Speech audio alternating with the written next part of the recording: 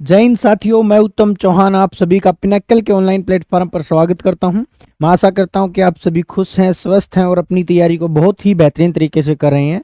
देखिएगा, आप सभी को पता होगा हम जो है 6500 टीसीएस एमसीक्यू की जो बुक है हमारी 5th एडिशन, जो न्यू एडिशन है, इसका सॉल्यूशन कर रहे हैं। इसमें जितने भी क्वेश्चन आज तक साइंस से पूछे गए हैं, आपका वो सारे के सारे लेटेस्ट क्वेश्चन, चाहे वो किसी भी परीक्षा में पूछे गए हैं, वो पिनक्कल ने कोशिश की है कि इस बुक के अंदर लिया जाए। आप सभी को पता होगा, अगर आपके पास ये बुक नहीं है तो आप परचेज कर सकते हैं, मार्केट में हर जगह अवेलेबल मिलेगी। अगर कोई एसएससी की तैयारी कर रहा है या किसी भी कंपटीशन एग्जाम की तैयारी कर रहा है तो प्रीवियस ईयर बेस बुक है ये आपकी, दोनों मीडियम में आपको मिलेगी।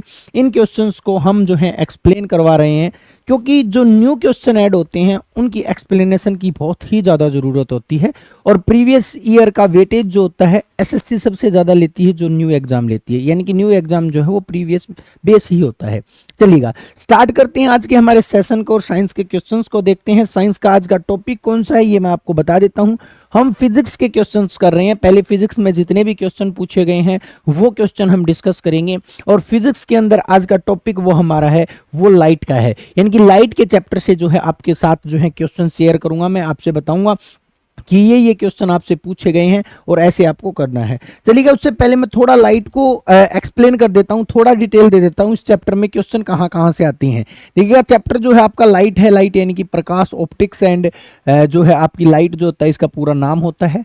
लाइट क्या होता है? देखिएगा, लाइट जो होती है वो हमेशा स्ट्रेट लाइन में आती है, हमेशा स्ट्रेट लाइन में चलती है। और कलर जो होता है इसका क्या होता है? व्हाइट होता है।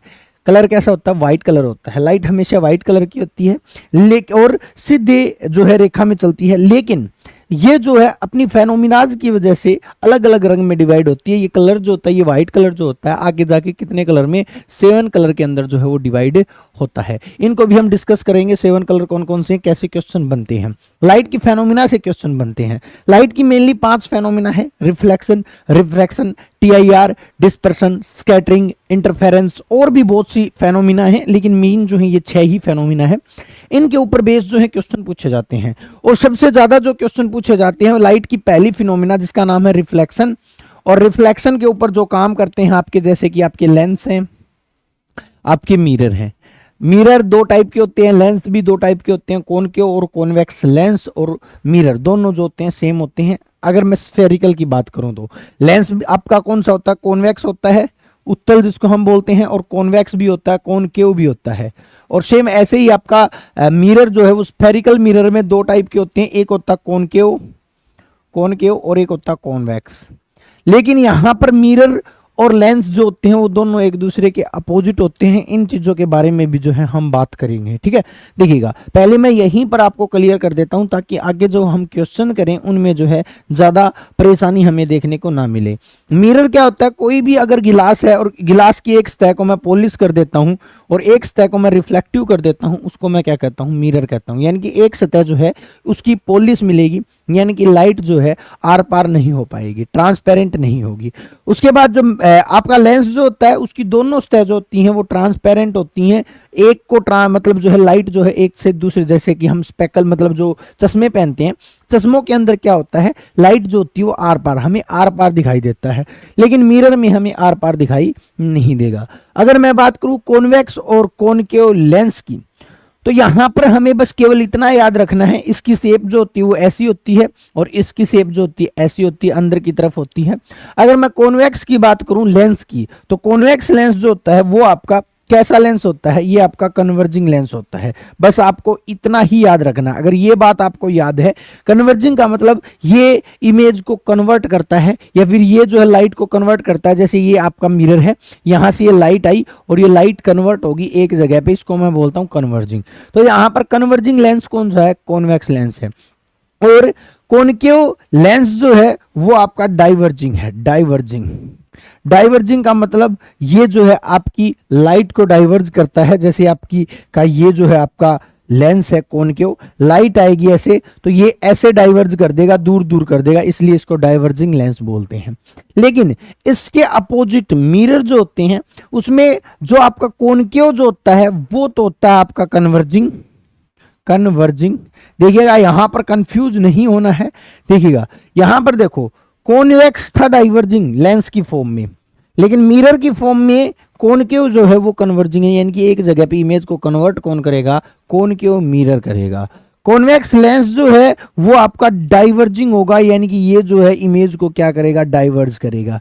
वैसे तो इस चैप्टर में बहुत सी चीजें हैं, अगर मैं कहूं थ्योरेटिकल पोर्शन की, बिना थ्योरेटिकल पोर्शन के हम जब क्वेश्चन करते हैं बहुत ही ज़्यादा परेशानी होती है लाइट के चैप्टर को करने में। ठीक है, हम जो है जीएस थ्योरी की जो हमारी बुक है लगभग सारे क्वेश्चन जो है वहीं से आ रहे हैं, हम देख रहे हैं लगभग 1 साल से इस बुक से ही क्वेश्चन देखने को मिल रहे हैं, चाहे वो एसएससी एग्जाम ले चाहे कोई भी एग्जाम ले।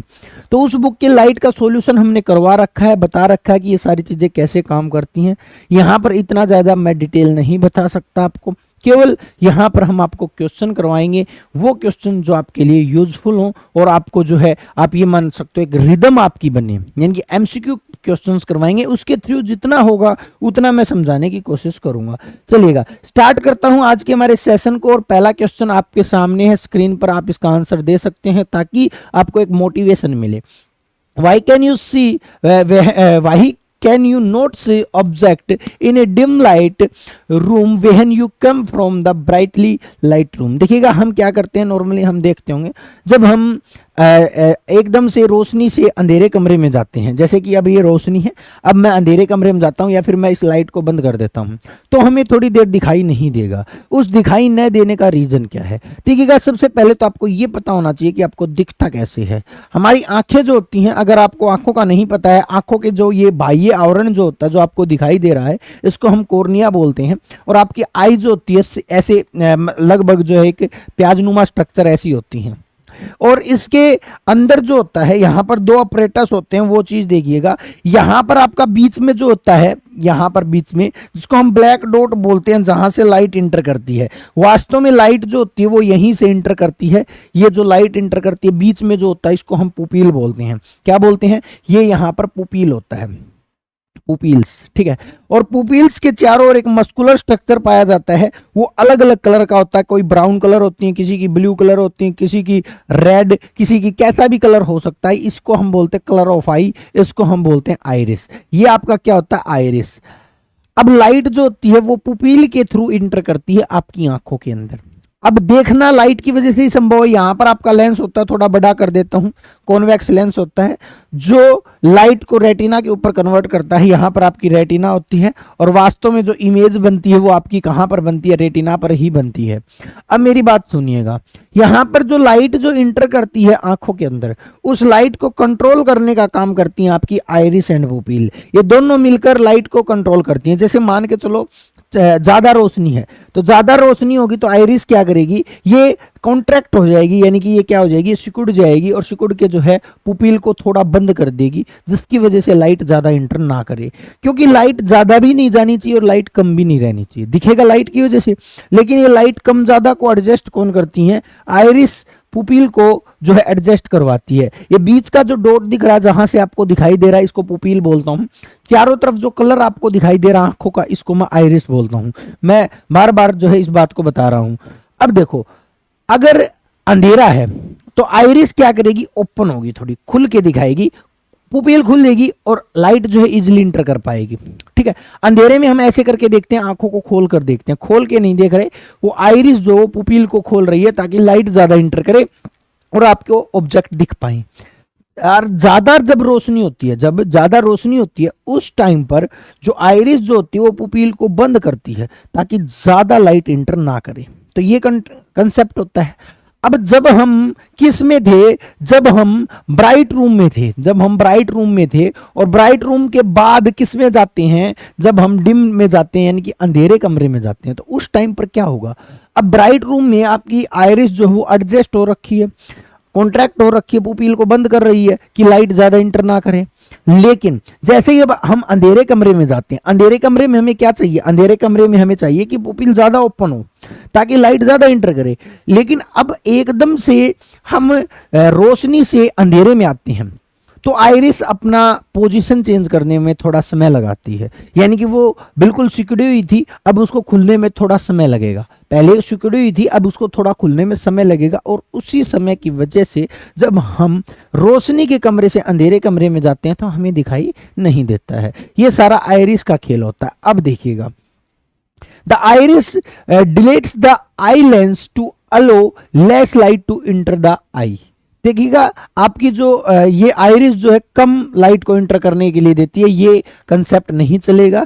The iris contract the pupil to allow less light to enter the eye. बिल्कुल भाई, जो आपकी पुतली है वो सिकुड़कर छोटा बना देती है जिससे आंख में कम प्रवेश कर सके। तो जो आपकी पुतली है, जब हम मतलब रोशनी में होते हैं उस टाइम पर ये आइरिस जो है पुपिल को छोटा बना देती है ताकि ज्यादा लाइट इंटर ना करे। लेकिन जैसे ही हम अंधेरे कमरे में जाएंगे तो उस टाइम पर हमें चाहिए क्या, इस आइरिस का खुलना जरूरी है। ये खुलेगा तो पुपिल को खोलेगा और तब ही हम देख पाएंगे। इसलिए इसका राइट आंसर जो होगा वो क्या होगा भी, वो आपका बी होगा। ठीक है, ये नहीं होगा। हम क्या सोच रहे हैं कि यहां पर ज्यादा फैला रहा है, नहीं फैलाएगा, नहीं फैलाए तो बाद में का। लेकिन इसने क्वेश्चन क्या पूछा है कि हम देख नहीं पाते, उसका रीजन क्या है, उसका रीजन बी है ना कि ए। ठीक है, उसके बाद ये विट्रस ह्यूमर क्या होता है, ये बीच में जो लिक्विड भरा हुआ होता है इसको हम विट्रस ह्यूमर बोलते हैं। आंखों के बीच में जो आपका लिक्विड भरा हुआ होता है। एक कॉर्निया दे रखी है। कॉर्निया क्या होती है, जो आपकी आंखों का बाह्य आवरण जो होता है, ये वाला आवरण, इसको हम कॉर्निया बोलते हैं। वास्तव में आंखों में जो डोनेट किया जाता है वो आपका कॉर्निया ही डोनेट किया जाता है। ठीक है, तो इन तीन चीजों को आप याद रखिएगा। आई को बहुत ही बेहतरीन तरीके से कर लीजिएगा क्योंकि आई के चैप्टर से बहुत ज्यादा क्वेश्चन पूछे जाते हैं। आई या आप बायोलॉजी में भी पढ़ सकते हो या फिजिक्स में भी पढ़ सकते हो। नेक्स्ट क्वेश्चन को देखिएगा, what will be the focal length of convex lens with the power of positive 2.5 dioptre. सबसे पहले तो मैं आपको बात करता हूं पावर ऑफ लेंस की। देखिएगा, अगर मैं बात करूं पावर ऑफ लेंस की, पावर ऑफ लेंस की, ये जो होता है वो P होता है और P जो होता है वो बराबर होता है 1/f के। इसको आपको याद रखना है। पावर ऑफ लेंस जो होता है वो 1/f के या फिर इनवर्सली प्रोपोर्शनल होता है फोकस के, फोकस लेंथ के। बात की हुई है कॉन्वेक्स लेंस की, तो कॉन्वेक्स लेंस जो होता है वो आपका कन्वर्जिंग लेंस होता है। ये सारे के सारे क्वेश्चन है, आप नोट करते हुए चलिएगा। ये कन्वर्जिंग लेंस है। और एक बात याद रखिएगा, कन्वर्जिंग लेंस की पावर जो होगी वो हमेशा पॉजिटिव होगी। देखिए कि दो बात मैं आपको बता रहा हूं, कन्वर्जिंग लेंस की पावर जो है वो पॉजिटिव होगी और डाइवर्जिंग यानी कि कॉनकेव लेंस की, कॉनकेव अवतल दर्पण की जो पावर जो होगी वो नेगेटिव में होगी, नेगेटिव में होगी। और पावर को मेजर करने की यूनिट जो होती है, पावर को मेजर करने की यूनिट जो होती है वो आपकी डायोप्टर होती है। क्या होती है बच्चा, डायोप्टर यानी कि डी होती है। अब देखिएगा यहां पर हमें दे रखी है पावर, हमें निकालनी क्या है, फोकल लेंथ निकालनी है। कुछ नहीं करना, एफ को इधर ले आना है, बराबर हो जाएगा 1/p के। ठीक है, और f बराबर है 1/2.5 के। जब मैं इसको सोल्व करता हूं तो ये ऊपर 10 चला जाएगा, तो ये जो है आपका 0.4 मीटर आ जाएगा, 0.4 मीटर आ जाएगा। अब आप कहोगे सर मीटर कैसे आया, मीटर कैसे आया? सर जी, हमारी जो लेंथ की यूनिट जो होती है, फिजिक्स में लेंथ की जो यूनिट होती है वो स्टैंडर्ड यूनिट होती है, जिसको हम लेंथ की यूनिट जो होती है, लेंथ यूनिट हमेशा मीटर में लेते हैं। हमेशा किस में लेते हैं, मीटर में। यहां पर ऑप्शन क्या दे रखा है, ऑप्शन दे रखा है आपका किसके अंदर भी, सेंटीमीटर के अंदर। कुछ नहीं करना, मीटर से सेंटीमीटर बनाने के लिए हमें जो है 100 से गुना कर देना है। ये 10 नीचे आ जाएगा, 0 से 0 कट जाएगा, तो यहाँ पर 40 सेंटीमीटर जो है ये आपकी फोकल लेंथ आ जाएगी, यानी कि एफ आ जाएगा। इस चीज को आप याद रखिएगा। 40 centimetre is the right answer, 40 centimetre is the right answer. तो आपको पता होना चाहिए कि पॉजिटिव पावर किसकी होती है, मतलब सॉरी पॉजिटिव में पावर किसकी होती है, यहाँ पर आपको पता चल गया होगा। कन्वर्जिंग लेंस की पॉजिटिव में पावर होती है, डाइवर्जिंग लेंस की नेगेटिव में पावर होती है। उसके बाद आपको पावर का फार्मूला पता चल गया होगा, पावर की यूनिट आपको पता चल गई होगी, और बहुत सी चीजें जो है यहाँ पर हमें जानने को मिली हैं। नेक्स्ट क्वेश्चन को देखिएगा, बहुत ही इंपॉर्टेंट क्वेश्चन है ये भी। An image which can be obtain on screen is called. देखिएगा, मैं सबसे पहले तो इमेजेस के बारे में बता देता हूं आपको। मैं दिख रहा हूं, ये इमेज है। कोई भी चीज है वो ऑब्जेक्ट होता है। जैसे कि आप ऑब्जेक्ट हो, मैं आपको दिख रहा हूं, यानी ऐसे मानो जैसे कि आईना है सामने, तो मैं ऑब्जेक्ट हूं और मेरी जो इमेज दिख रही है वो मेरी इमेज है, प्रतिबिंब जिसको हम बोलते हैं। दो चीजें होती हैं। तो यहां पर देखिएगा, मैं इमेज के कंसेप्ट में 2-3 बातें बता रहा हूं, बहुत ज्यादा काम आएंगी इमेज के बारे में। जैसे मान के चलो ये आपका कोई भी मिरर है, यहाँ पर कोई भी तन्नू मन्नू खड़ी है, ये तन्नू मन्नू खड़ा है, जो भी खड़ी है या खड़ी है, ठीक है। यहाँ पर जो इसकी इमेज बनेगी ये मिरर में ऐसे बनेगी, यहाँ पर बनेगी, ठीक है, तन्नू मन्नू की इमेज ऐसे बनेगी। अब इमेज जो होती है वो देखेगा, इमेज का नेचर देखेगा, दो तीन टाइप का नेचर होता है। इमेज रियल भी हो सकती है, इमेज वर्चुअल भी हो सकती है। इमेज जो होती है वो रियल भी हो सकती है और इमेज जो है वो वर्चुअल भी हो सकती है। दो पॉइंट नोट कीजिएगा, इमेज जो है वो रियल भी हो सकती है, इमेज जो है वर्चुअल भी हो सकती है। रियल इमेज कौन सी होगी? वो इमेज जिसे हम स्क्रीन पर प्राप्त कर सकते हैं, जिसे हम स्क्रीन पर प्राप्त करते हैं, जैसे कि टीवी में। फॉर एग्जाम्पल है जैसे कि टीवी में या फिर आप जो मोबाइल में मुझे देख रहे हो मेरी रियल इमेज है, ठीक है। उसके बाद जो आपकी वर्चुअल जो इमेज होती है वो हमेशा एक बात याद रखिएगा, ये मिरर में होती है। ये किस में होती है? मिरर में होती है, ठीक है। या फिर जिसे स्क्रीन पर प्राप्त ना किया जाए उसको हम क्या कहते हैं? उसको हम जो है वर्चुअल इमेज बोलते हैं। एक रियल का जोड़ा है, रियल का भाई है। रियल इमेज जो होगी, रियल का मतलब वास्तविक, और वास्तविक इमेज जो है हमेशा उल्टी बनेगी, यानी कि रियल हमेशा इन्वर्टेड होती है। ये आप बहुत ही इंपॉर्टेंट फैक्ट आपको बता रहा हूं, रियल हमेशा उल्टी होती है, यानी कि ये जो जोड़ा बनता है, रियल एंड इन्वर्टेड का जोड़ा बनता है, इसको हम याद करने के लिए वाउ याद रखते हैं। वाउ का मतलब वास्तविक और उल्टी। हमारी आंखों में भी वास्तविक और उल्टी ही इमेज बनती है, लेकिन ब्रेन इसको सीधा करके दिखा देता है, इसलिए हमें पता नहीं चलता। वर्चुअल जो इमेज होगी वो हमेशा इरेक्ट होगी, इस पॉइंट को याद रखिएगा। वर्चुअल इमेज हमेशा इरेक्ट होगी, इस पॉइंट को याद रखिएगा। यानी कि इमेज मिरर में देखिएगा इरेक्ट होता है, वही सिर ऊपर होता है, वही पैर नीचे होता है, लेकिन आंखों के अंदर ऐसा नहीं होता। आंखों में हमेशा रियल एंड इन्वर्टेड बनती है। आपके रेटिना के ऊपर मैं आपको देखूंगा तो आप उल्टे बनोगे, लेकिन ब्रेन जो है उसको सीधा करके दिखा देता है। एक्शन इतना फास्ट होता है कि हमें पता नहीं चलता कि आंखों में उल्टी इमेज कब बनी, आपको सीधा कब दिखा, ठीक है। तो इस चीज को आप याद रखिएगा। तो ये आपका कंसेप्ट है रियल और इन्वर्टेड का। तो क्वेश्चन पूछा गया कि जिसे पर्दे पर बनाया जा सकता है उसको हम क्या कहते हैं? उसको हम जो है रियल इमेज बोलते हैं। मे बी इससे अच्छे तरीके से आपको नहीं बता सकता।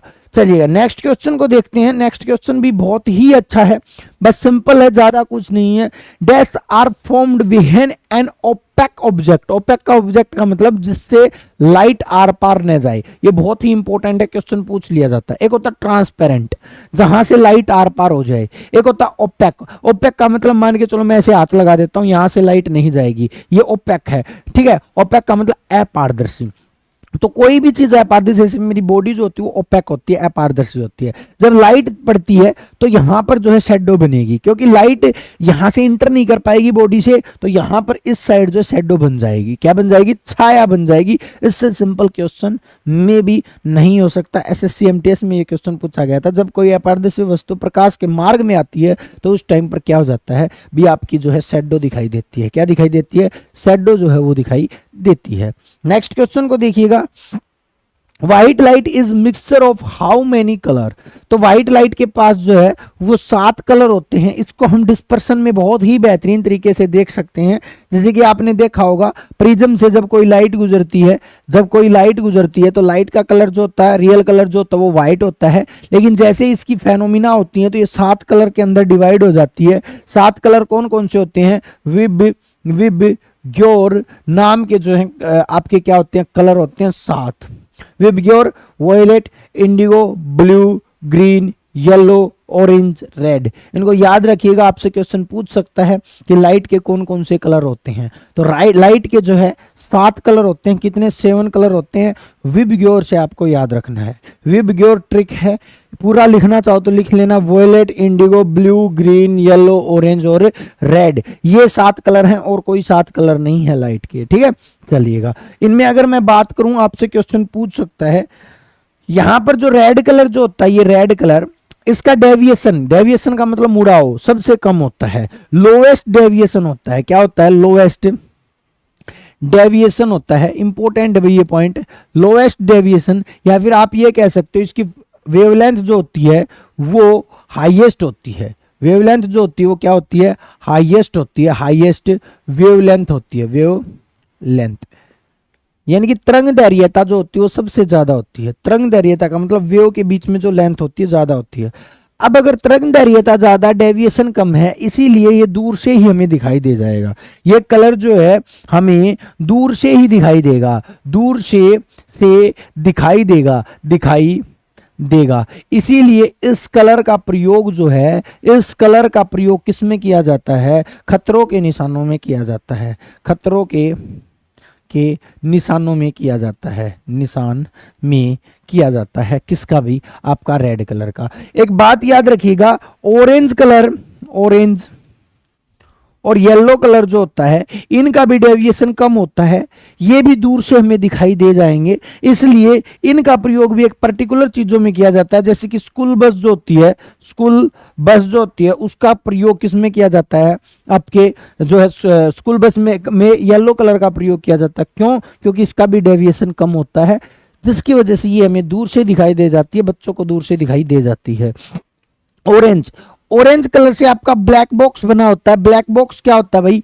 जो आपके एयरक्राफ्ट होते हैं, हेलीकॉप्टर होते हैं, उनके अंदर एक आपातकालीन बॉक्स होता है, साउंड बॉक्स होता है, जो आपातकालीन घटनाओं को रिकॉर्ड करता है। आपने जब विपिन रावत की डेथ हुई थी पिछले साल, उस टाइम पर आपने ये ब्लैक बॉक्स बहुत ही ज्यादा चर्चा में आया था कि ब्लैक बॉक्स नहीं मिला, ब्लैक बॉक्स नहीं मिला। तो ब्लैक बॉक्स क्या होता है मैं आपको बता देता हूं। ये किसी भी हेलीकॉप्टर या विमान के अंदर लगाया जाता है ताकि वहां पर सारी घटनाएं जो है रिकॉर्ड की जा सके। इसकी मेटल बहुत ही ज्यादा मेल्टिंग पॉइंट के साथ बनाई जाती है, ताकि कोई भी विमान क्रैश हो जाए, बर्न हो जाए तो ये खत्म नहीं होता है। या फिर आपातकालीन स्थितियों में ब्लैक बॉक्स जो है वो बाहर निकल के आ जाता है, ताकि पता चल जाए कि इस विमान में किसी न किसी टाइप की घटना है, आपातकाल है, इमरजेंसी है। अब आप कहोगे कि सर इसका नाम ब्लैक बॉक्स क्यों है, फिर कलर ऑरेंज होता है? देखिएगा, ये बहुत ही इंपॉर्टेंट है, इसीलिए हम क्वेश्चन गलत करते हैं। क्वेश्चन पूछा जाता है कि एयरक्राफ्ट जो होते हैं उनके अंदर ब्लैक बॉक्स का जो कलर होता है वो कैसा होता है, तो हम हमेशा ब्लैक करके आते हैं, नहीं, उस टाइम पर आपको ऑरेंज को आंसर करना है। तो इन चीज़ों को आप याद रखिएगा, ये बहुत ही इंपॉर्टेंट है। आपकी लाइट के जो है 7 कलर होते हैं। नेक्स्ट की तरफ चलिएगा, the material through which things can be seen are. देखिएगा, जहां से हम किसी भी चीज को देख सकते हैं उसको हम क्या कहते हैं? तो भाई ट्रांसपेरेंट कहते हैं, उसको हम क्या कहते हैं? ट्रांसपेरेंट, पारदर्शी कहते हैं। देखिएगा यहां पर सिंपल बात है, पारदर्शी। कंडक्टिव मटेरियल कौन से होते हैं? जहां से हीट एंड इलेक्ट्रिसिटी पास कर सके, जहां से हीट एंड इलेक्ट्रिसिटी जो है पास हो जाए, उसको हम क्या बोलते हैं? उसको हम कंडक्टिव बोलते हैं। ओपेक क्या होता है? ओपेक क्या होता है? अपारदर्शी, जहां से हम किसी भी चीज को देख ना सकें, अपारदर्शी। ठीक है, उसके बाद एक भाई आपका ट्रांसल्यूसेंट, बहुत ही इंपॉर्टेंट भैया।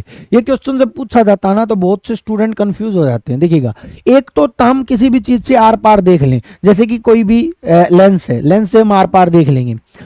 एक होता है ओपेक, जहां से हम आर पार नहीं देख पाए, जैसे कि मैं ऐसे हाथ लगा देता हूं, मेरे को आर पार नहीं दिखेगा। क्यों? क्योंकि ये ओपेक है। तीसरा होता है ट्रांसल्यूसेंट। ट्रांसल्यूसेंट कौन सा होता है? परभासी, जहां से हम हल्का फुल्का देख सकें, जहां से लाइट हल्की फुल्की इंटर कर सके। जैसे हम बचपन में पेज लेते थे और सिर से ऐसे रब करते थे ताकि वो ऑयल उसके ऊपर लग जाए और वो जो कागज है वो ट्रांसपेरेंट हो जाए। ठीक है, तो हल्का ट्रांसपेरेंट जो है आपका क्या कहलाता है? ट्रांसल्यूसेंट कहलाता है। ये बहुत ही इंपॉर्टेंट है। ठीक है, तो नेक्स्ट पर चलते हैं, ए इसका राइट आंसर होगा। नेक्स्ट है, Raman wants to use a rear view mirror in vehicle. Vehicle का जो साइड का दर्पण जो है उसको यूज करता है। Which type of mirror should he pick for it. तो देखिएगा, यहां पर दो चीज याद रखिएगा। यहां पर क्वेश्चन आया कहां से? मिरर से। तो हमें पता मिरर जो होता है, यहां पर मिरर जो होगा वो एक साइड से पॉलिश किया हुआ मिलेगा, यानी कि वो पीछे की चीज को दिखाएगा। रियर व्यू क्या होता है? जो पीछे का या साइड का, जिसको हम कह सकते हैं, इसको मैं साइड मिरर भी कह सकता हूं, साइड मिरर भी कह सकता हूं। ये साइड मिरर जो होता है ना, अब देखो दो टाइप के मिरर होते हैं, एक होता कॉन्वेक्स, एक होता कॉनकेव। आपको कॉनकेव कॉन्वेक्स याद नहीं रखना, डाइवर्जिंग और कन्वर्जिंग याद रखना है। यहां पर अगर मैंने कन्वर्जिंग मिरर यूज कर लिया तो कोई भी गाड़ी पीछे से आ रही है तो उसको कन्वर्ट करके दिखा देगा, कन्वर्ट करके दिखा देगा, आगे करके दिखा देगा, जिससे एक्सीडेंट होने की संभावना है, गड़बड़ हो सकती है। अब देखिएगा, उसके बाद यहां पर मैं क्या करूं? यहां पर मैं डाइवर्जिंग को यूज कर लूं तो डाइवर्जिंग मिरर को यूज कर लूं। डाइवर्जिंग मिरर क्या करेगा, डाइवर्ज करके दिखाएगा। मान के चलो एक गड्डी यहां पर है, एक गड्डी यहां पर है, एक गड्डी यहां से आ रही है, यहां से आ रही है, ठीक है। ये मिरर यहां पर यूज किया मैंने, कौन सा, डाइवर्जिंग मिरर, कॉनकेव मिरर। अब यहां पर दूरी आपको दिख रही है कितनी, ये 10 मीटर की दूरी पर है, ठीक है। लेकिन इस मिरर के अंदर ये जो दूरी जो वो ज्यादा दिखेगी, मान के चलो 12 मीटर के करीब दिखेगी, दूर दिखेगी। ऑब्जेक्ट है पास लेकिन दिखेगा दूर। रीजन क्या है, क्योंकि यहां पर डाइवर्जिंग मिरर लगा हुआ है और यहां पर इस मिरर पर लिखा भी हुआ होता है कि object is near then it appears, यानी कि ऑब्जेक्ट पास है जितना है दिख रहा है, यानी कि ये मिरर जो है डाइवर्ज करके दिखा रहा है, दूर दिखा रहा है लेकिन है पास, है पास। तो इसलिए यहां पर मैं कौन से लेंस का प्रयोग, कौन से मिरर का प्रयोग करूंगा, तो कॉनकेव मिरर का प्रयोग करूंगा, कॉनकेव मिरर का प्रयोग करूंगा। हाँ, अगर मैं बात करूं कि जो आपकी कार है, कार का जो, या फिर कार का व्हीकल का जो फ्रंट मिरर होता है लाइट वाला, उसमें कौन सा प्रयोग किया जाता है, तो वहां पर कॉन्वेक्स यूज किया जाएगा, क्योंकि वहां पर मेरे को लाइट को जो ना कन्वर्ट करके दिखाना है, लाइट को कन्वर्ट करके दिखाना है, इसलिए मैं यहां पर कन्वर्जिंग का प्रयोग करूंगा, यहां पर मैं कन्वर्जिंग मिरर का प्रयोग करूंगा। बहुत ही इंपॉर्टेंट है। टॉर्च लाइट, सर्च लाइट, गाड़ी की जो हेडलाइट होती है वो, इन सभी में मैं कन्वर्जिंग मिरर का प्रयोग करूंगा, ठीक है। प्लेन मिरर मेनली जो आईना वगैरह बनाया जाता है उसमें प्लेन मिरर का प्रयोग किया जाता है। नेक्स्ट क्वेश्चन को देखिएगा, the dash of the ray is the angle measured from the reflected ray to normal surface. तो भाई सिंपल सी बात है, एक लॉ है जिसको हम रिफ्लेक्शन का लॉ बोलते हैं, रिफ्लेक्शन बोलते हैं, समझिएगा। रिफ्लेक्शन क्या होता है, जब कोई भी रे, ये चिकनी सरफेस है, इस साइड की स्मूथ है, यहां से चिकनी है, कोई भी इंसिडेंट रे चिकनी सरफेस से टकराती है और टकरा कर, ये है इंसिडेंट रे आई, और टकरा कर वापिस जाती है उसी एंगल से, यानी कि जब मैं यहां पर नॉर्मल डालता हूं, तो ये एंगल जो बनता है, ये एंगल आई बनता है, और ये एंगल जो बनता है आर बनता है, और एंगल आई जो होता है वो बराबर होता है एंगल आर के। ये आपका लॉ है, कौन सा भी, रिफ्लेक्शन का नियम। क्या नाम है, रिफ्लेक्शन का। तो इसने क्वेश्चन क्या पूछा है, इसने क्वेश्चन पूछा है angle measured from the reflected रे। रिफ्लेक्टेड रे ये है, इंसिडेंट रे ये है, तो रिफ्लेक्टेड रे का जो एंगल होगा उसको मैं क्या कहूंगा, एंगल आर कहूंगा, एंगल आर कहूंगा। यही तो क्वेश्चन पूछा गया है। तो यहां पर जो होगा वो एंगल ऑफ रिफ्लेक्शन कहलाएगा। क्या कहलाएगा, एंगल ऑफ रिफ्लेक्शन कहलाएगा, ठीक है। सिंपल है, रिफ्रैक्शन मत कर देना, रिफ्रैक्शन अलग होता है। रिफ्रैक्शन जो होता है ये रिफ्रैक्शन, अपवर्तन अलग होता है। अपवर्तन में जब लाइट मीडियम चेंज करती है तो थोड़ा हल्की विचलित हो जाती है, मुड़ जाती है, उसको मैं रिफ्रैक्शन बोलता हूं। रिफ्लेक्शन में जिस एंगल से रे आती है उसी एंगल पर मुड़ती है, यानी कि आई बराबर होता है आर के, वो होता है रिफ्लेक्शन। ये इंपॉर्टेंट है, बहुत ही ज्यादा इंपॉर्टेंट है। चलिएगा नेक्स्ट पर चलते हैं, नेक्स्ट को देखते हैं। An image formed by the convex mirror is always. तो कॉन्वेक्स मिरर जो होगा, अब देखिएगा यहां पर जो है दो चीजों को काटते हुए चलो। मैंने आपको एक बात बताई थी कि रियल हमेशा जो होगी वो इन्वर्टेड होगी, रियल जो होगी वो इन्वर्टेड होगी। ये हो सकता है, एक मिनट के लिए मैं बता रहा हूं, आगे चलिएगा। रियल कभी भी इरेक्ट नहीं हो सकती, रियल सीधी नहीं हो सकती, इसको काट दो। वर्चुअल कभी भी इन्वर्टेड नहीं हो सकती, इसको काट दो। दो कट गए भाई, दो कट गए। कौन कौन से कट गए, एक तो कट गया वर्चुअल, इन्वर्टेड नहीं हो सकती, और रियल जो है इरेक्ट नहीं हो सकती। क्योंकि मैंने आपको जोड़ा बताया है, रियल का जोड़ा किसके साथ है, रियल का भाई कौन है, रियल का भाई जो है वो इन्वर्टेड है, इन्वर्टेड है। रियल का भाई इन्वर्टेड है, यानी कि वास्तविक का भाई क्या है, उल्टा है। और वर्चुअल का भाई जो है, वर्चुअल का भाई जो है वो कौन है, वर्चुअल का भाई जो है वो आपका इरेक्ट है। तो ये दो पॉइंट आपको याद रखने हैं, बहुत से क्वेश्चन ऐसे ही सोल्व हो जाएंगे। अब देखो यहां पर मेरे को बात की है किससे, मिरर से। मिरर जो होगा वो कैसी इमेज बनाएगा, मिरर जो है वो हमेशा वर्चुअल इमेज बनाएगा, वर्चुअल के साथ इरेक्ट बनाएगा, सीधी बनाएगा, कुछ नहीं है, खेल खत्म हो गया। C is the right answer, C is the right answer. Clear भी। चलिएगा नेक्स्ट क्वेश्चन को देखते हैं। बिहाइंड द कॉर्निया, कॉर्निया के पीछे there is the dark muscular structure. Dark मतलब गहरे रंग का, डार्क। तो colour of eye, colour of eye क्या है, कलर ऑफ आई जो है आइरिस है। कलर ऑफ आई, आंखों का जो कलर आपको दिखाई देता है, कलर ऑफ आई जो है किसी की ब्राउन आई है, किसी की ब्लू आईज है, बीच में चारों तरफ जो ये कलर है इसको मैं बोलता हूँ आइरिस, कलर ऑफ आई होता है। करता क्या है, पुपील को कंट्रोल करता है। किसको कंट्रोल करता है, पुपील को कंट्रोल करता है। और आप ये भी कह सकते हो पुपील को कंट्रोल करने के साथ लाइट को कंट्रोल करता है। लाइट कंट्रोलिंग का काम जो है वो भी किसका है, ये आइरिस का। ये बहुत ही इंपॉर्टेंट है। मस्कुलर कलर्ड जो है लेयर है। पुपील क्या है, इसको मैं ब्लैक डॉट बोलता हूं, जहां से लाइट इंटर करती है। It is black dot from where light is enter into our eye, जहां से लाइट जो है इंटर करती है। उसके बाद पुपील जो है वास्तव में लाइट को कंट्रोल करने का काम पुपील करती है। अब आप कहोगे सर दोनों ऑप्शन में आ जाए, तो आपसे क्वेश्चन पूछ ले कि लाइट को कंट्रोल कौन करता है, तो आपको आंसर करना पुपील। अगर दोनों ऑप्शन में आ जाए तो की बात कर रहा हूं, क्योंकि वास्तव में लाइट आइरिस के थ्रू ही जाती है। लेंस, आंखों में जो है कन्वर्जिंग लेंस का प्रयोग किया जाता है, यानी कि कॉन्वेक्स लेंस का जो है प्रयोग किया जाता है। रेटिना, आंखों के अंदर जो होती है रेटिना पाई जाती है, वास्तव में इमेज फॉर्म यहीं पर होती है। इमेज बनती है, इमेज कहां पर बनती है, वो आपके रेटिना पर ही बनती हैं। रेटिना पर दो टाइप की इमेज बन सकती हैं। रेटिना पर दो स्पॉट होते हैं, तो तब एक होता है येलो स्पॉट, येलो स्पॉट, और एक होता है ब्लाइंड स्पॉट, ब्लाइंड स्पॉट। आप जितने भी स्टूडेंट इस वीडियो को देख रहे हो सभी के पास किस टाइप का स्पॉट है, येलो स्पॉट है, क्योंकि जिसको दिखाई देता है उसका येलो स्पॉट है, जो अंधा होता है उसका ब्लाइंड स्पॉट पाया जाता है। रेटिना पर इमेज अगर ब्लाइंड स्पॉट पर बनी तो आपको दिखाई नहीं देगा, ठीक है, इस चीज को आपको याद रखना है।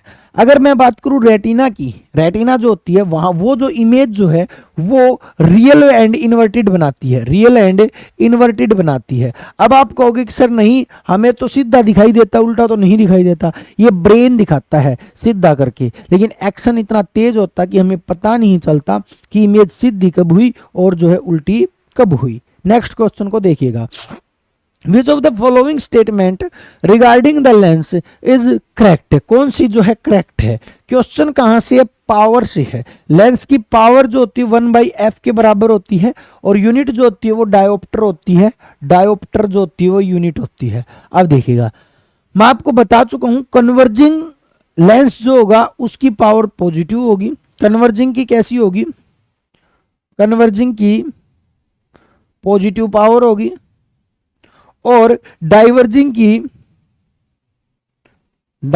की नेगेटिव पावर होगी। इन दो फैक्ट को आपको याद रखना है। तो यहां पर क्वेश्चन देखिएगा, यहां पर कॉन्वेक्स लेंस है यानी कि कन्वर्जिंग है, कन्वर्जिंग की पॉजिटिव पावर होती है, बिल्कुल ठीक है। उसके बाद power of concave lens diverging है, और डाइवर्जिंग की नेगेटिव पावर होती है, ये भी बिल्कुल ठीक है। यानी कि दोनों के दोनों आपके ठीक है। क्वेश्चन क्या पूछा है, करेक्ट से क्वेश्चन पूछा है, तो बोथ आर करेक्ट, दोनों के दोनों जो है करेक्ट है। नेक्स्ट क्वेश्चन पर चलते हैं। Which of the following pair position of object, position of image, size of image is not correct for the concave mirror. ये बहुत ही इंपॉर्टेंट है।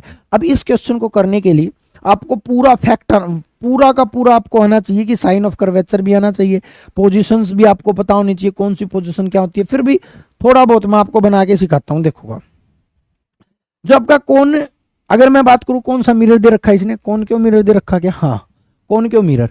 कॉनकेव मिरर की जो सतह जो होती है वो अंदर की तरफ धसी हुई होती है, ये मिरर होता है कॉनकेव।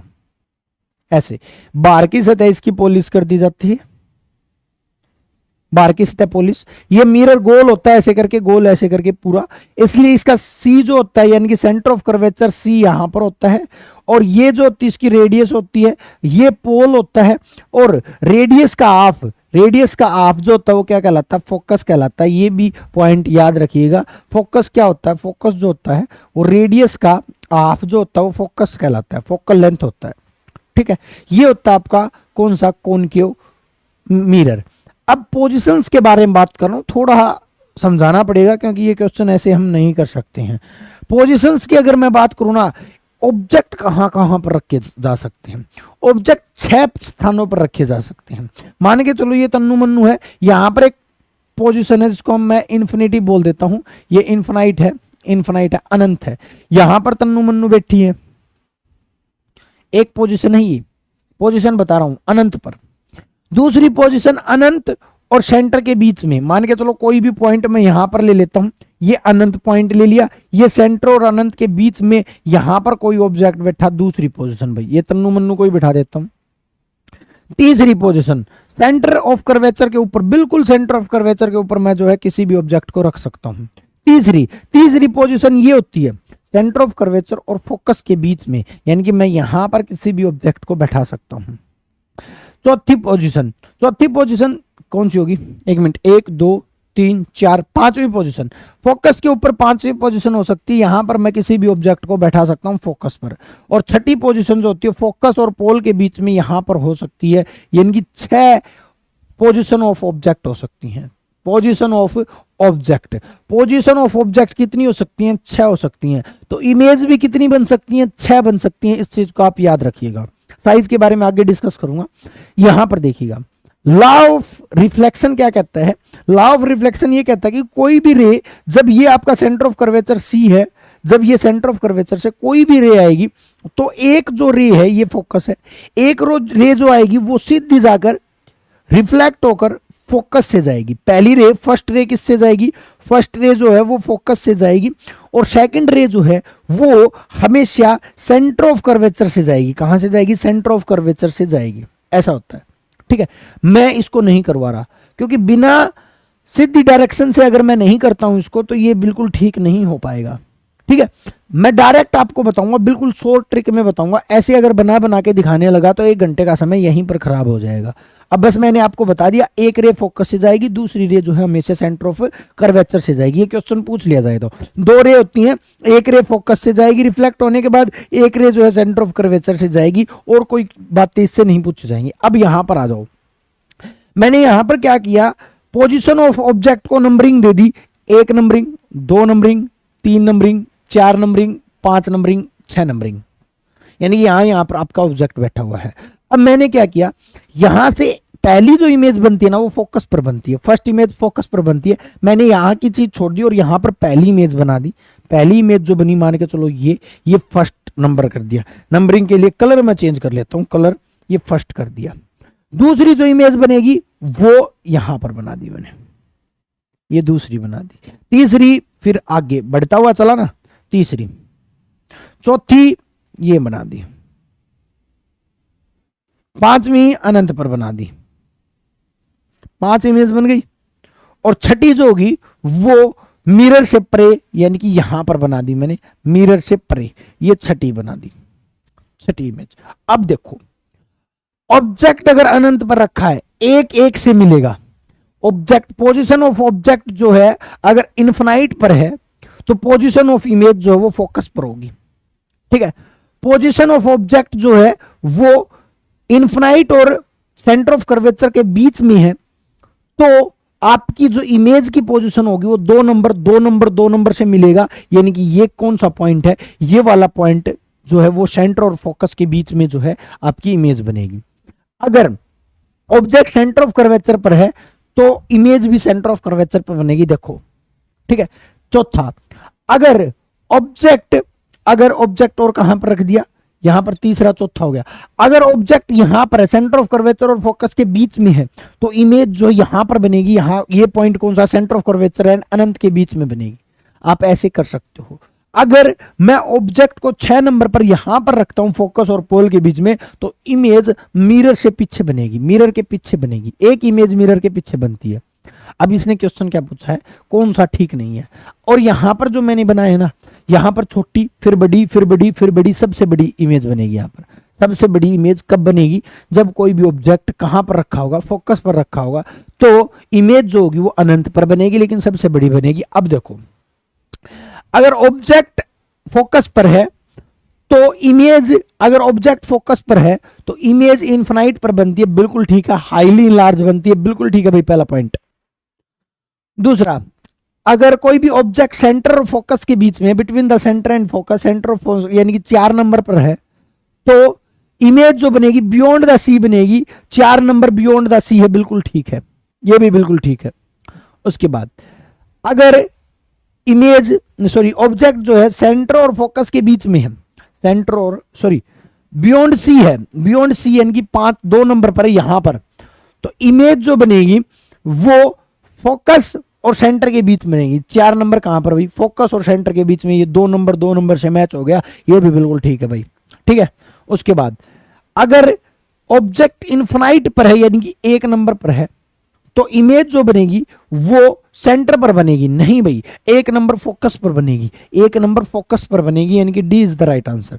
और एक बात याद रखियो, ये क्वेश्चन बार बार आ रहा है, ये क्वेश्चन एसएससी रेलवे बोर्ड से एग्जाम में बार बार आ रहा है, और कोई भी इमेज नहीं पूछेगा आपसे, आपसे केवल यहीं पर कंफ्यूज कर लेगा। जो कभी भी ऑब्जेक्ट अगर अनंत पर रखा है तो इमेज फोकस पर बनेगी, अगर ऑब्जेक्ट फोकस पर रखा है तो इमेज अनंत पर बनेगी। ये दोनों एक दूसरे के भाईचारे में रखते रहते हैं, अनंत और फोकस, अनंत और फोकस। इस चीज को याद रखिएगा, क्वेश्चन ठीक हो जाएगा, कितना ही हार्ड क्यों ना क्वेश्चन आ जाए, ठीक है। नेक्स्ट क्वेश्चन को देखिएगा, if u is the object distance with the image distance with the focus lens the spherical mirror with the following expression of mirror formula. Mirror formula आपको डायरेक्ट याद रखना है, 1/v plus 1/u is equal to 1/f, 1/v plus 1/u, 1/v plus 1/u, तो ये is the right answer, C जो होगा इसका right answer होगा। ये मिरर फॉर्मूला आपको न्यूमेरिकल में काम आ सकता है, ठीक है। चलिएगा नेक्स्ट पर चलते हैं, the splitting of white light into component colour. 7 colour में जब आपकी लाइट प्रिज्म से टकराकर बिखरती है तो इसको मैं क्या कहता हूं, तो इसको मैं बोलता हूं आपका डिस्पर्शन। देखिए यहां पर मैं सारी घटनाओं को मैं आपको बता देता हूं। रिफ्रैक्शन, जब लाइट मीडियम चेंज करती है तो थोड़ा डेविएट हो जाती है, विचलित हो जाती है, उसको मैं बोलता हूं रिफ्रैक्शन। याद करने के लिए एक बात याद रखना, जितनी भी झूठी घटनाएं हैं, जितनी भी झूठी घटनाएं हैं वो सारी की सारी आपकी किस में होंगी, सारी की सारी रिफ्रैक्शन में होंगी। झूठी घटना बोले तो जैसे कि कांच के गिलास में पेन का टेढ़ा दिखाई देना, नींबू का मोटा दिखाई देना, सिक्के का ऊपर उठा हुआ दिखाई देना, ये सारी झूठी घटनाएं हैं। झूठी घटनाएं रिफ्रैक्शन में होंगी। जितनी भी सच्ची घटनाएं हैं वो सारी रिफ्लेक्शन में होंगी। सच्ची घटनाएं का मतलब जो आपके जैसे आंखों से आप देख रहे हो, कैमरा काम करता है, ठीक है, मिरर काम करता है, मिरर, कैमरा और आंखें, ये तीनों के तीनों रिफ्लेक्शन पर काम करते हैं। जहां कहीं एक कलर दिखाई दे, सिंगल कलर दिखाई दे, जहां कहीं भी सिंगल कलर दिखाई दे वहां पर आपको आंसर क्या ठोकना है, वहां पर आपको स्कैटरिंग आंसर करना है। जैसे आकाश का नीला दिखाई देना, समुद्र का नीला, सूर्य का लाल दिखाई देना, यानी कि एक कलर दिखाई दे तो स्कैटरिंग करना है। और जहां पर आपको 7 कलर दिखाई दे, 7 कलर दिखाई दे, जहां पर आपको 7 कलर दिखाई दे तो वहां पर आपको किसको आंसर ठोकना है, डिस्पर्शन पर आंसर ठोकना है। और जहां पर चमक दिखाई दे वहां पर आपको TIR करना, TIR टोटल इंटरनल रिफ्लेक्शन। जहां कहीं चमक दिखे, शाइनिंग, हीरे का चमकना, रोड पर पानी का चमकना, रेगिस्तान में पानी का चमकना यानी कि मिराज बनना, ऑप्टिकल फाइबर का चमकना, तारों का चमकना, ये जितनी भी चमक जहां कहीं दिखाई दे वहां पर TIR को आपको करना है। नेक्स्ट को देखिएगा, the reflection on the bathroom mirror. Bathroom mirror के अंदर जो रिफ्लेक्शन होता है, the lack and the glare of pair of glasses आज caused by which type of reflection. कितने टाइप का, कौन से टाइप का रिफ्लेक्शन होता है, ये किसने क्वेश्चन पूछा है। सिंपल है बिल्कुल। देखिएगा रिफ्लेक्शन, देखिएगा पहला है मल्टीपल रिफ्लेक्शन। मल्टीपल का रिफ्लेक्शन का मतलब बहुत ज्यादा रिफ्लेक्शन हो जाना। यहां पर कहीं पर ऐसा तो नहीं कह रखा कि एक से ज्यादा रिफ्लेक्शन हो रहा है, एक रिफ्लेक्शन की बात कर रहा है। चलिएगा डिफ्यूजन, डिफ्यूज रिफ्लेक्शन किसमें होता है, रफ सरफेस में होता है। इस चीज को आप याद रखिएगा, जहां पर रफ सरफेस होता है वहां पर आपका किस टाइप का रिफ्लेक्शन होता है, तो डिफ्यूजन होता है। एक स्पेकुलर, स्पेकुलर का मतलब होता है जिसमें नियमित होता है, बिल्कुल फिक्स होता है कि आई जो होगा वो बराबर होगा आर के, तो ये जो होता है इसको बोलते हैं हम स्पेकुलर, नियमित। और जब आपकी रे किसी भी चिकनी यानी कि स्मूथ सरफेस से टकराएगी तो उस टाइप का जो रिफ्लेक्शन होगा उसको मैं क्या कहूंगा, उसको मैं जो है स्पेकुलर कहूंगा। तो यहां पर सारी की सारी सरफेस जो है, शीशे की सरफेस है, झील की है, चश्मे की है, यहां पर सारी की सारी स्मूथ है, मतलब चिकनी सरफेस है। और चिकनी सरफेस पर जो भी रिफ्लेक्शन बनेगा वो स्पेकुलर बनेगा। क्या बनेगा, स्पेकुलर बनेगा। नेक्स्ट को देखिएगा, नेक्स्ट क्वेश्चन है which of the following element is not suitable for the fabrication of light emitting diode, यानी कि LED में किसका प्रयोग हम नहीं कर सकते हैं। तो देखिएगा LED के अंदर जो है यहां पर ऑप्शंस देखिएगा, इजीली आंसर मिल जाएगा। जर्मेनियम दे रखा है, जर्मेनियम, सिलिकॉन, ये जितनी भी हैं ये सारी की सारी सेमीकंडक्टर हैं, सेमी कंडक्टर हैं, और सेमीकंडक्टर का प्रयोग हम जो है लाइट इमिटिंग में नहीं कर सकते हैं, सिंपल सी बात है। इसके लिए कंडक्टर होना जरूरी है, तो इसका राइट आंसर तो यही हो गया, जर्मेनियम ही हो गया। ठीक है, तो किसी भी इलेक्ट्रिकल यूज के लिए हम सेमीकंडक्टर का यूज नहीं कर सकते। हाँ, सेमीकंडक्टर से ट्रांजिस्टर बनाए जा सकते हैं, ट्रांजिस्टर बनाने के लिए इसका प्रयोग किया जा सकता है, कंप्यूटर की चिप, आईसी चिप बनाने में इसका प्रयोग किया जा सकता है। इनमें जो है आपका जर्मेनियम का प्रयोग किया जा सकता है, और कहीं पर भी जर्मेनियम का प्रयोग नहीं किया जाएगा। नेक्स्ट क्वेश्चन को देखिएगा, gold and copper helps to absorb dash and violet light leaving yellow. देखिएगा किस किस कलर को एब्जॉर्ब करता है, ये देखिएगा। मैं आपको बता देता हूं, जो गोल्ड एंड कॉपर कलर जो होता है उसका कलर कैसा होता है, इनका कलर होता है येलो। कैसा कलर होता है, येलो। मुझे पता है कि येलो जो है इसकी वेवलेंथ जो होती है वो हाई होती है। वेवलेंथ कितनी होती है, हाई होती है। येलो की वेवलेंथ हाई होती है, तो ये लो वेवलेंथ की कलर को जो है एब्जॉर्ब करेगा। तो मैंने यहां पर विब ग्योर आपको करवाया था, विब ग्योर। रेड जो थी इसकी वेवलेंथ सबसे ज्यादा होती है, लगभग 7100 एंगस्ट्रॉम के बराबर होती है, सबसे ज्यादा इसी की होती है। सबसे कम वॉयलेट की होती है। ठीक है, फिर येलो की। अब देखिए येलो किस किस को एब्जॉर्ब करेगा, येलो पहला तो ग्रीन को, रेड को करेगा नहीं करेगा। क्यों नहीं करेगा, क्योंकि इन दोनों की वेवलेंथ जो है ज्यादा हो जाएगी, काम नहीं बनेगा। इसको भी नहीं करेगा क्योंकि ऑरेंज येलो और रेड इनकी वेवलेंथ ज्यादा है।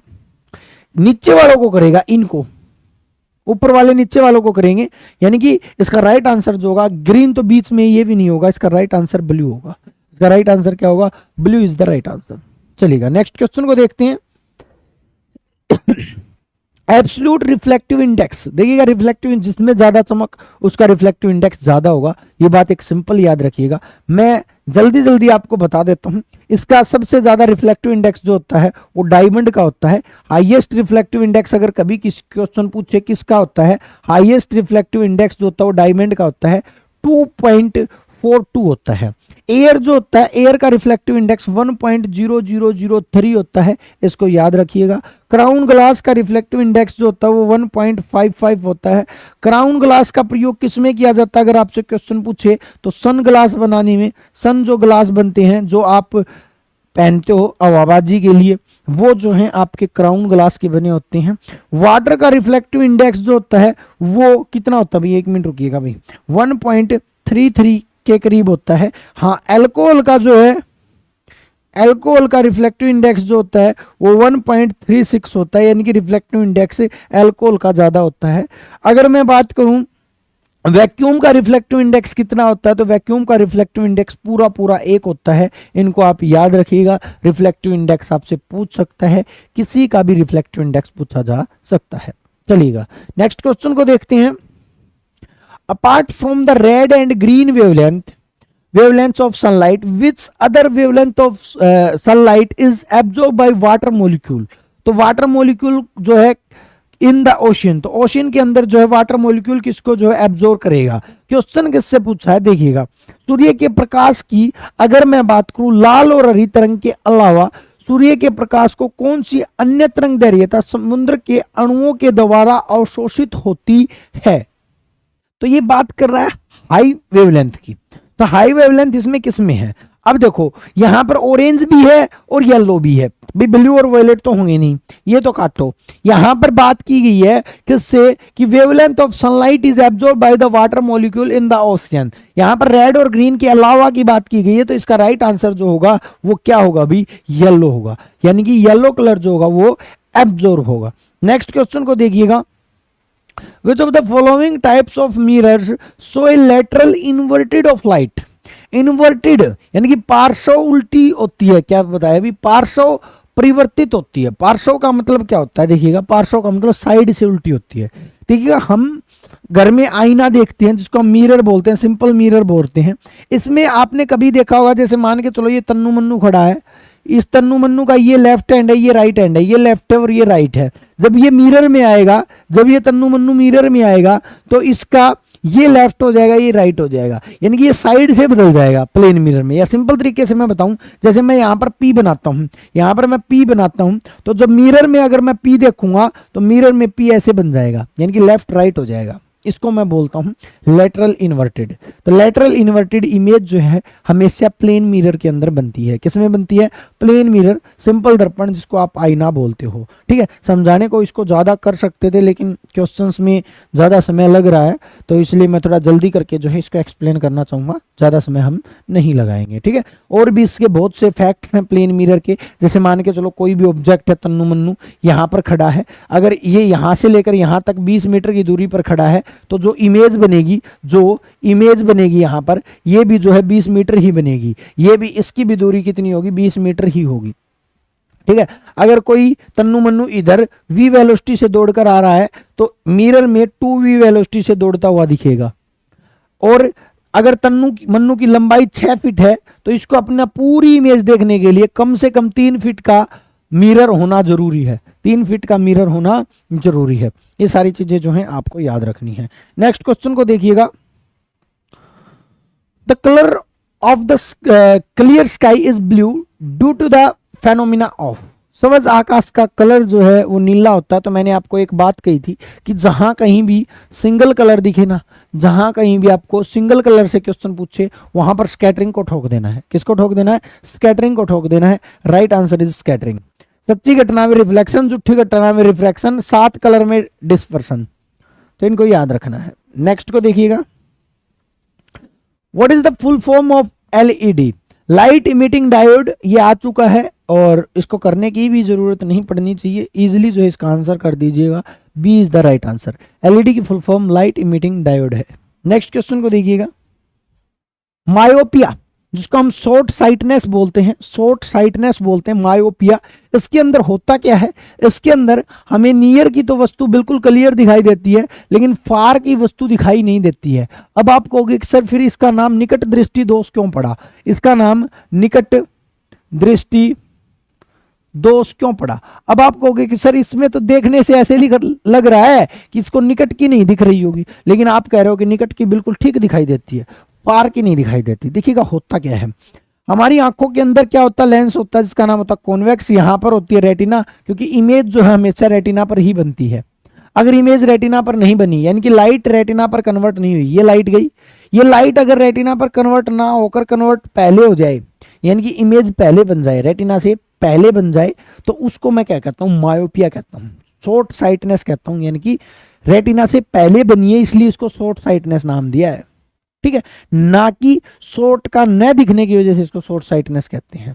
तो इसको नियर साइटनेस के नाम से जानते हैं। Near sightedness is the right answer. Far sightedness के नाम से किसको जानते हैं? हाइपरमेट्रोपिया, हाइपरमेट्रोपिया, जिसको हम दूरदृष्टि दोष बोलते हैं, जिसको फार साइटनेस के नाम से जानते हैं। प्रेस बायोपिया, जिसको हम प्रेस बायोपिया यानी कि अबिंदुता के नाम से जानते हैं। एज के साथ नहीं तो दूर का दिखता है, नियर का भी नहीं दिखता है और फार का भी नहीं दिखता है। ठीक है, यहां पर हाइपरमेट्रोपिया में क्या होता है? नियर का नहीं दिखता है, फार का बिल्कुल ठीक दिखता है लेकिन नियर का नहीं दिखता है। अस्टिग्मेटिज्म में क्या होता है? ऊर्ध्वाधर देखने में प्रॉब्लम होती है, यानी नीचे की तरफ देखेंगे तो उस टाइम पर चक्कर आएंगे, तो ये जो होता है अस्टिग्मेटिज्म होता है। चलिएगा नेक्स्ट क्वेश्चन को देखते हैं। Which phenomenon deals with the scattering of light by molecules of medium when they are excited to vibration energy level?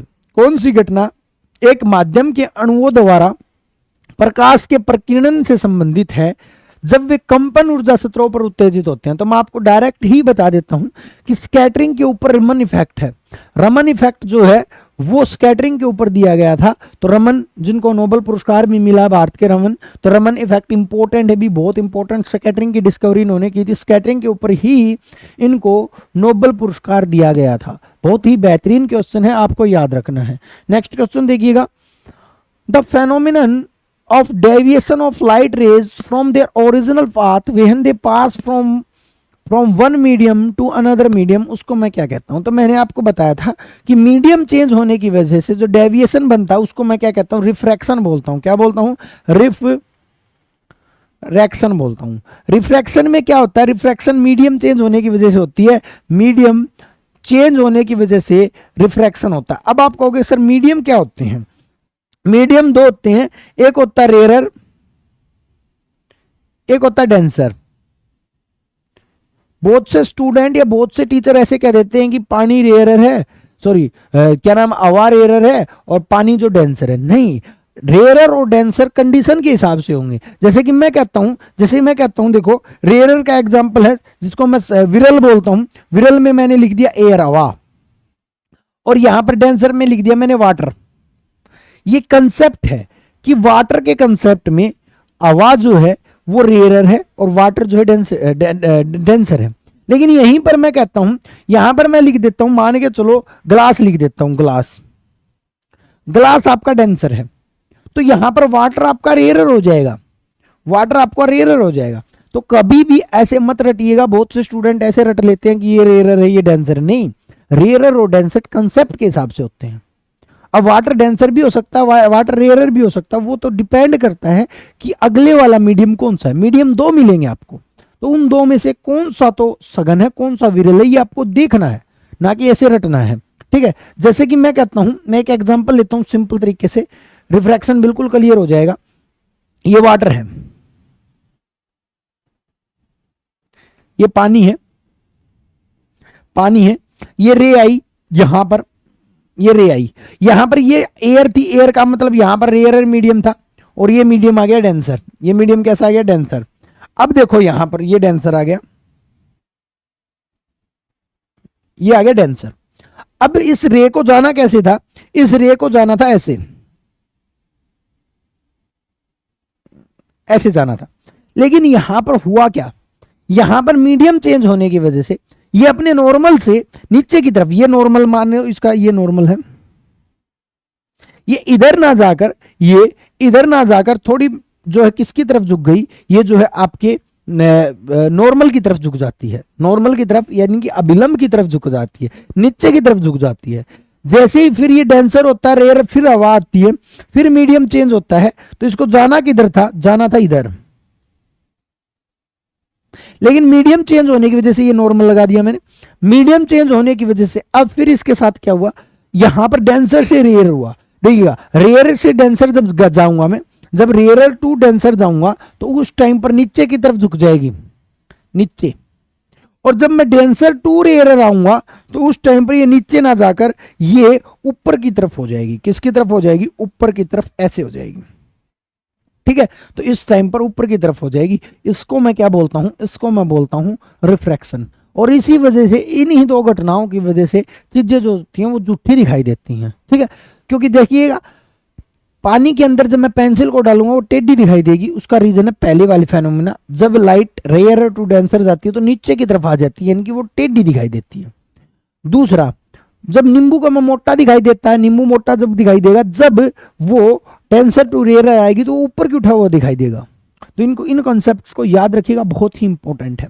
तो रिफ्रैक्शन मीडियम चेंज होने की वजह से होता है, तो इसका राइट आंसर जो होगा उसका refraction is the right answer, D is the right answer. तो ये थे भी आपके आज के कंसेप्ट, आज का जो टॉपिक है कौन सा भी, लाइट एंड ऑप्टिक्स का। देखिएगा मैं फिर बता रहा हूं, ऐसा नहीं कर सकते हम कि लाइट एंड ऑप्टिक्स को जो है क्वेश्चंस के थ्रू जो है पूरा का पूरा ही समझाया जा सके, लेकिन हम यहाँ पर केवल क्वेश्चंस की एक्सप्लेनेशन कर रहे हैं, इसलिए मैं आपको ज़्यादा तो नहीं बता सकता कि इससे क्या कुछ बनेगा, कैसे क्या आपको करना है। लेकिन फिर भी मैंने मोटा माटी आपको बता दिया है, आपको एक तरीका दिया है कि आपको पढ़ना कैसे है, करना कैसे है। फिर भी मैं दोबारा आपको एक बात बता देता हूँ कि आपको 5 से 6 फेनोमेना आपको करनी है, लेंस, मिरर, ये सारे कंसेप्ट जो है आपको कर लेने हैं, ताकि कोई एग्जाम अगर आप देने जाते हो तो वहां से इस चैप्टर से अगर क्वेश्चन आए तो आप इजिली कर पाओ। तो थ्योरेटिकल पोर्शन को भी आपको कर लेना है, थ्योरी की हमारी बुक है उससे कर लीजिएगा।